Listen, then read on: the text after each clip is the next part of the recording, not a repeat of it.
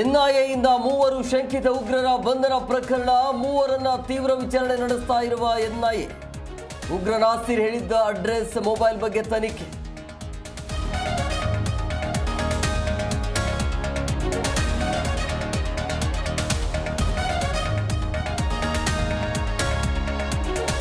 ಈ ಗ್ಯಾಂಗ್ನಿಂದ ರೇಣುಕಾಸ್ವಾಮಿ ಕೊಲೆ ಪ್ರಕರಣ ಪವಿತ್ರ ಗೈರು. ಆಗಸ್ಟ್ 12ಕ್ಕೆ ವಿಚಾರಣೆ ಮುಂದೂಡಿಕೆ. ನಾಳೆಯಿಂದ ಶೂಟಿಂಗ್ಗೆ ವಿದೇಶಕ್ಕೆ ಡೆವಿಲ್ ಪ್ರಯಾಣ.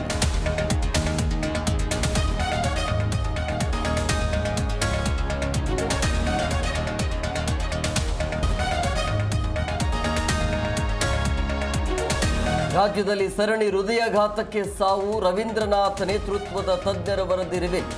ರಿಪೋರ್ಟ್ನಲ್ಲಿ ಅಂಶಗಳ ಬಿಚ್ಚಿಟ್ಟ ಆರೋಗ್ಯ ಸಚಿವ.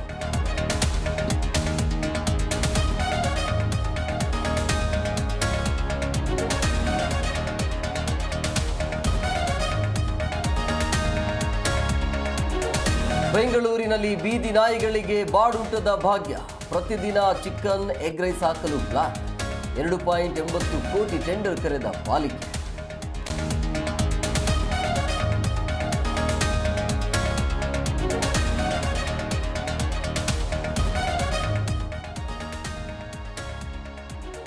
ಅಕ್ರಮ ವಾಹನಗಳ ಖರೀದಿ, ಹಣ ಹೂಡಿಕೆ ಆರೋಪ.